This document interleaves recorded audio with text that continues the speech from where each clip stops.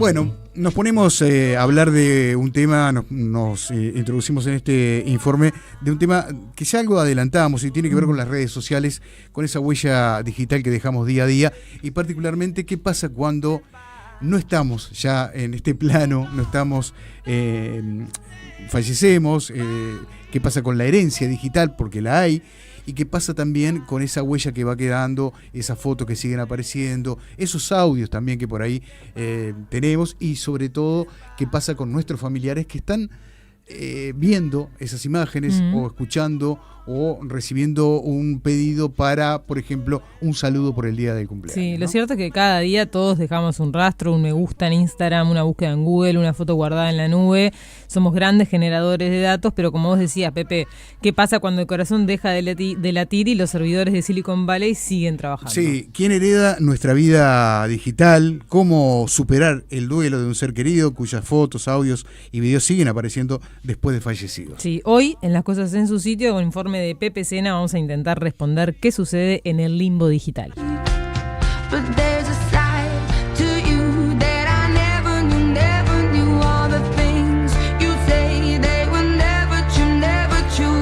Bueno, en Uruguay el trámite de una herencia, por ejemplo, está clarísimo. La casa, el auto, las cuentas bancarias, el Código Civil lo tiene todo calculado. Sí, más allá de que no lo conozcas, porque capaz que no te tocó, resolver alguna de esas situaciones, sí está, escrito, estipulado. Sin embargo, hoy acumulamos algo que podría denominarse fortunas invisibles. Miles de fotos familiares que solo existen en servidores remotos, en billeteras virtuales, con criptomonedas, millas, puntos, perfiles de redes, con miles de seguidores que generan ingresos. Sí, mira este testimonio. Mi hermano falleció hace 2 años. Al día de hoy me siguen llegando notificaciones de Facebook diciendo, saluda a tu hermano por su cumpleaños. Sí. Es un golpe en el pecho cada vez que pasa. Intentamos cerrar la cuenta, pero la plataforma nos pide trámites en inglés, certificados notariales, traducidos. Es un calvario burocrático en medio del duelo. Su perfil sigue ahí, congelado en el tiempo. Sí. Es un caso de una persona que nos dio su testimonio anónimo, pero que les ocurre a muchas otras, ¿no? Sí, y el dolor de los familiares choca de frente contra las políticas de estas gigantes tecnológicas extranjeras. Sí. ¿Qué amparo legal real hay para esto en nuestro país? Bueno, dialogamos con una especialista en Derecho Digital, la doctora Agustina Comenale. Acá hay que tener en cuenta 3 aspectos, lo que es el aspecto contractual, el judicial y lo que es la parte de protección de datos. Esto no es tanto una cuestión de qué pesa más, sino de tener claro que nosotros cuando utilizamos este mecanismo donde básicamente cuando abrimos una cuenta en Facebook aceptamos un contrato con una empresa extranjera en esos términos y condiciones que nos marca una jurisdicción y mecanismos competentes, entendemos de que generalmente este tipo de empresas, al menos en el caso uruguayo, no tienen contactos ni empresas operativas locales.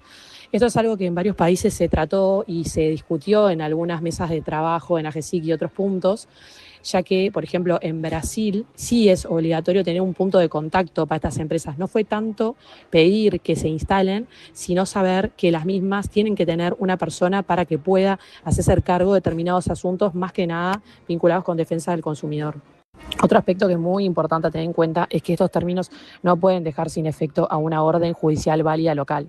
Generalmente estas empresas internacionales tienen un canal específico para lo que es ejecutar acciones judiciales o mismo para poder presentar oficios y órdenes a través de las fuerzas del orden, digamos, y esto generalmente se atiende de manera eficiente, se genera un ticket.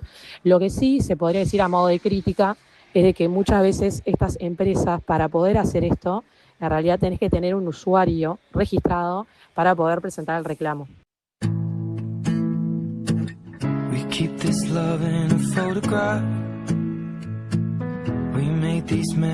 Bueno, ahí escuchábamos a la doctora Pérez Comenale y las dificultades que se le plantea a cualquier usuario cuando lo que necesita es cerrar una cuenta, sí, ¿no? Hay soluciones, pero son un poco engorrosas. Son engorrosas y en muchos casos hay tecnológicas que tienen un representante en el país. No es el caso de Uruguay, ¿no? Claro. Es lo que mencionaba ella, lo cual complejiza aún un poco más, ¿no? Pero también señala otros temas. Sí, hay obstáculos que, según Pérez Comenale, son, a su entender, más operativos que jurídicos. En la práctica me parece que los obstáculos suelen ser más operativos que jurídicos.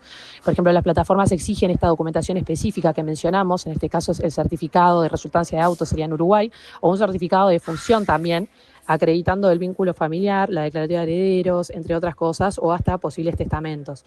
Los procedimientos están diseñados generalmente según políticas globales que tienen las empresas y no según las normas sucesorias de cada país. Muchas veces los familiares desconocen, por ejemplo, las contraseñas de las personas que fallecieron, de los correos asociados o información que puede estar vinculada con la cuenta para los mecanismos de recuperación.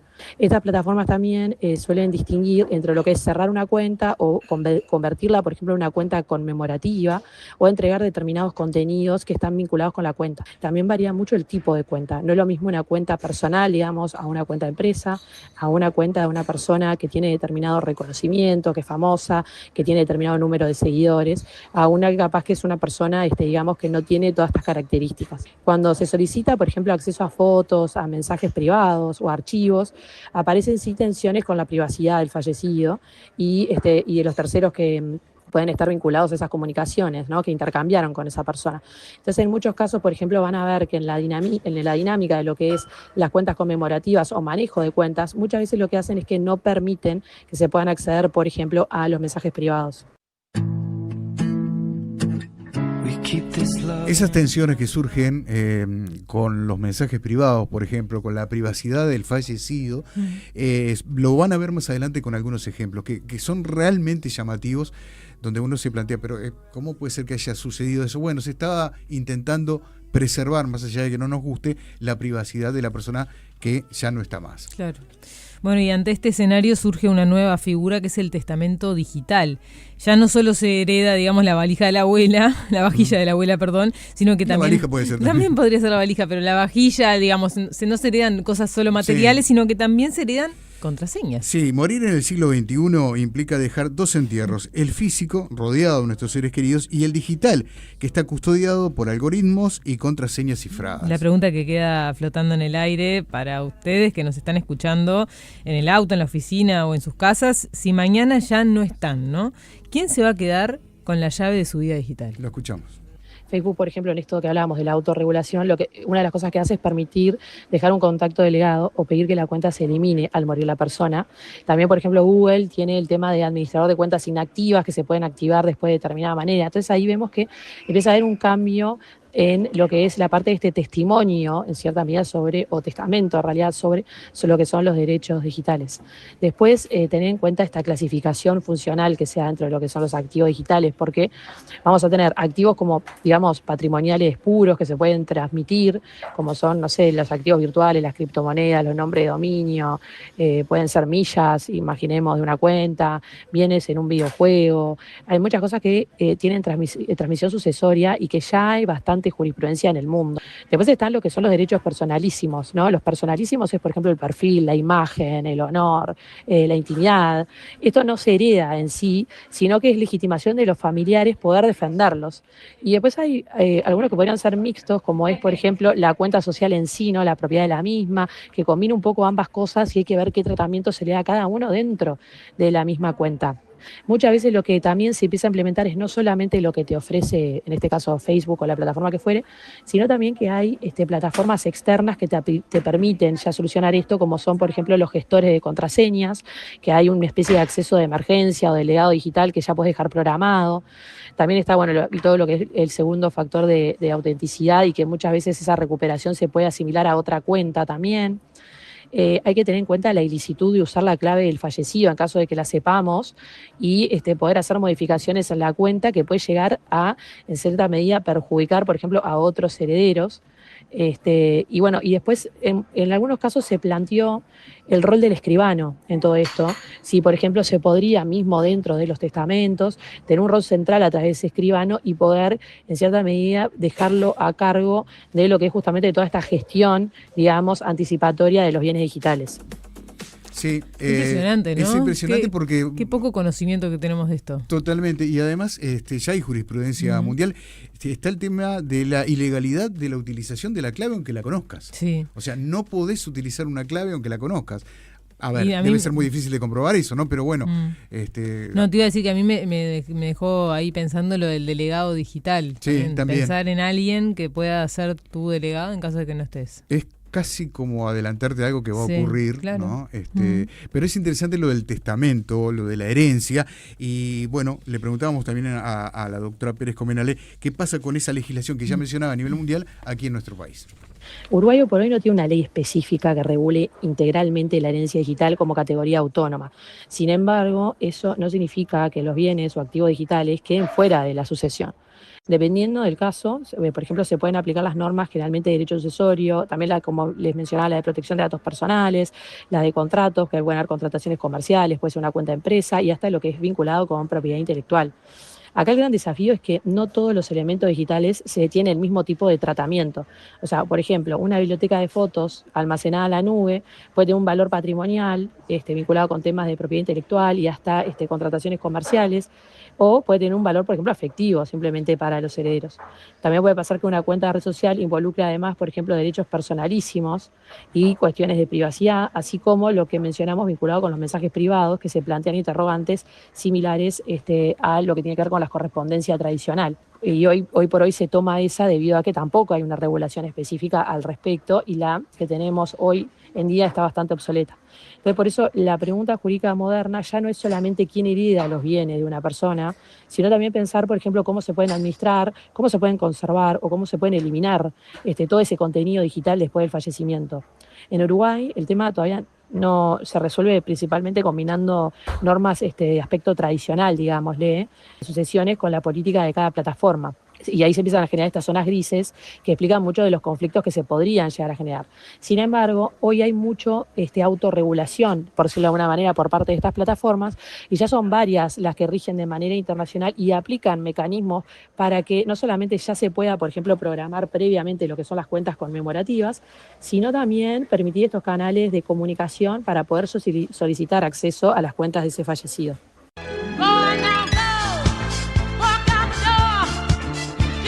Vamos a dejar un poco la parte operativa y jurídica de toda esta situación que la verdad nosotros desconocíamos por completo, inclusive de las leyes aquí en nuestro país, para ir a otra esfera de todo este tema. Sí, ¿no? Vamos a hablar del impacto emocional, ¿no? De dejar perfiles activos en redes sociales después de nuestra muerte. Nos metemos en lo que es la dimensión psicológica y sociológica. ¿Cómo hacen el duelo las familias conviviendo con esos fantasmas digitales que hay en sus pantallas? ¿Cómo se procesa la muerte cuando el ser querido, que ya no está físicamente, sigue apareciendo activamente en nuestras pantallas? Vamos a ver algunos ejemplos, Pepe, sí, de lo duro que puede resultar esto. Exactamente. En 2012, una adolescente de 15 años murió trágicamente tras ser arrollada por un tren en Berlín, en Alemania. Sí, sus padres necesitaban acceder a su cuenta de Facebook para ver sus mensajes privados porque sospechaban que la joven estaba sufriendo acoso escolar y querían entender si había sido un accidente o un suicidio. Exactamente. Facebook se negó rotundamente a darles la contraseña o acceso, alegando que debían proteger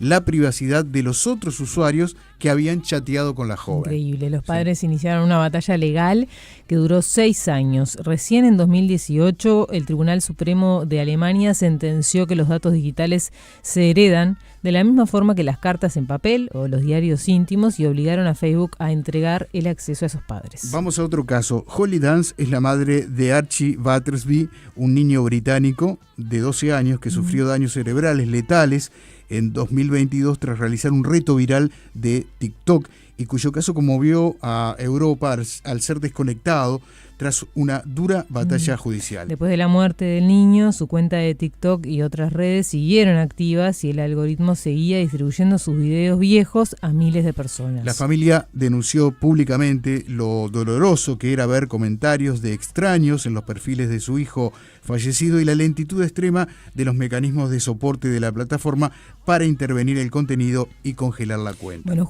fue justamente para intentar mitigar esto que no se den estas situaciones, ¿no? Que las plataformas como Facebook e Instagram empezaron a crear esa opción de transformar las cuentas en perfiles conmemorativos. Sí, la palabra en memoria de se coloca arriba del nombre y el muro se convierte en un espacio de homenaje.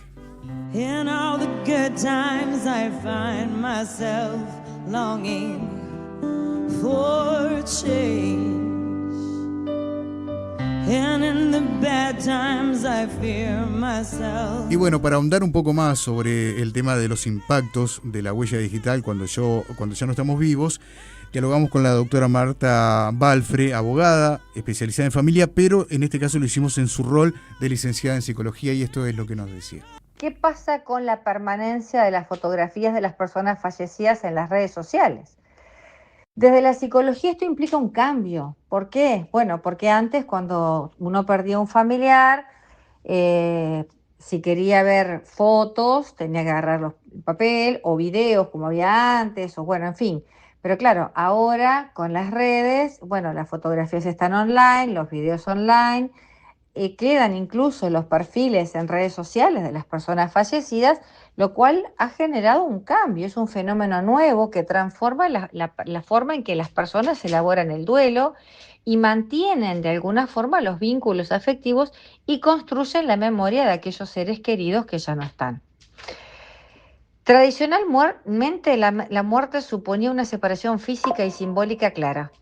Sin embargo, en la actualidad las redes sociales permiten que la presencia digital de la persona continúe activa. De hecho, me ha pasado que yo he encontrado perfiles de alguna red social que sigue abierta la cuenta y que siguen las imágenes y publicaciones de otro tiempo, comentarios y recuerdos que siguen allí.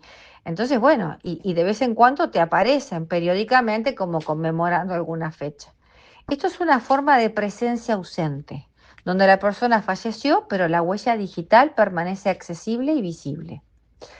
Desde la psicología del duelo, esta situación puede tener efectos positivos, porque ya para muchos es una forma de, bueno, entrar, ver las fotografías, las publicaciones, recordar qué escribía, y es un recurso emocional valioso que facilita evocar recuerdos, expresión de afectos, reunirse la familia, mirá cómo estaba acá en esta reunión o qué decía, y construir una suerte de legado simbólico. Entonces, la red puede funcionar en ese caso como un espacio de homenaje, memoria y apoyo social, permitiendo compartir emociones y mantener viva la historia de quien falleció. Pongamos el caso de algún niño cuyo abuelo falleció, que él nunca conoció, y le dicen, bueno, mira, este era tu abuelo, mira lo que hacía, en fin. In all the good times I find myself. Estaba pensando en un amigo que falleció el año pasado y que cada tanto yo voy a su cuenta, que sigue A mirar. estando activa, a mirar. Como A mirar decía esas ahí imágenes, como decía la doctora Balfre. Y también me ha pasado, y que me ha impactado mucho, de gente que saluda por el cumpleaños de una persona que ha muerto y no lo saben. Claro. Y viste que te llega la notificación y vos le mandás un saludo, ¿no? Pero esa Pero persona, bueno, porque no quedó si esa como cuenta hubiese con- estado cerrada, ya sí, obviamente no o te esto iba a del llegar. perfil conmemorativo, ¿no? Exactamente. Mm. Bueno, la doctora Balfre, que era muy clara en estos temas, dice que siempre en estos casos hay un pero. Vamos a escuchar cuál es. Pero también puede traer algunas dificultades, porque la exposición constante a imágenes y recuerdos puede inhabilitar a que la persona transite un duelo sano y mantenga ese recuerdo vivo, generando una suerte de herida que no cierra. Entonces, la aparición de inesperada de fotografías en aniversarios o recordatorios automáticos puede abrir la herida y generar tristeza, añoranza, angustia. Y en determinados casos, esta permanencia digital puede dificultar que la persona acepte la pérdida, al mantener la sensación subjetiva de que la persona está allí. Entonces, bueno, como todas las cosas, tiene las dos lecturas. Es importante tener en cuenta que los familiares pueden tener vivencias muy diferentes frente a un mismo perfil digital. Para algunos puede ser un consuelo ver esa red y mostrar fotografías, leer mensajes y bueno, y comentarle a los más chiquitos sobre esas personas que ya no están, pero para otros puede ser como una invasión emocional o de alguna forma no les permite transitar un proceso normal de duelo manteniendo la herida abierta. No hay una forma universalmente correcta de afrontar esta realidad. La respuesta depende muchas veces de la historia vincular que tuvo esa persona, las características de la pérdida y los recursos personales de cada individuo, elemento que a la luz de la salud mental, que es algo que siempre hablamos, le imprime características especiales. En suma, las redes sociales modificaron profundamente la experiencia humana de la muerte. Las imágenes de quienes han fallecido ya no permanecen solamente en álbumes de fotos, sino que integran una memoria digital colectiva y permanente. Y este fenómeno puede ser un factor protector como un elemento de riesgo para la elaboración del duelo, dependiendo de cada uno cómo logra integrar esa presencia digital. Entonces, las fotografías de la persona fallecida en redes sociales pueden ayudar a recordar, homenajear y mantener vivo el afecto, pero también reabrir heridas emocionales cuando la exposición es constante. La clave no está en la existencia de las imágenes, sino en el significado que cada uno le atribuye a su propio proceso de duelo.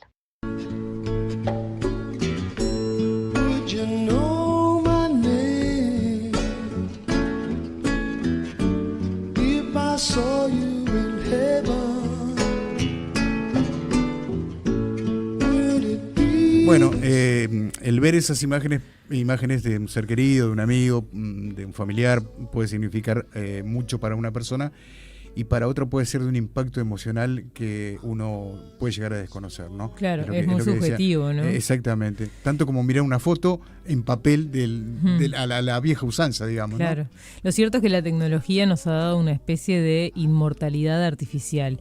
Nunca antes la humanidad había guardado tanto registro de su paso por la Tierra. Pero esa inmortalidad de silicio y de código tiene un límite en la vida real, finita y notoriamente humana. Sí, pensar en nuestra huella digital post-mortem no es un acto de desapego, sino de profunda responsabilidad y empatía también con los que se quedan de este lado de la pantalla, digamos. Casi como pagarte la sala mortuoria y los servicios fúnebres, ¿no? Con responsabilidad, claro. Un tema de responsabilidad. Al final del día, desenredar nuestro propio hilo digital es el último gran favor que podemos hacerle a quienes en el mundo real tendrán que aprender a vivir con nuestra ausencia.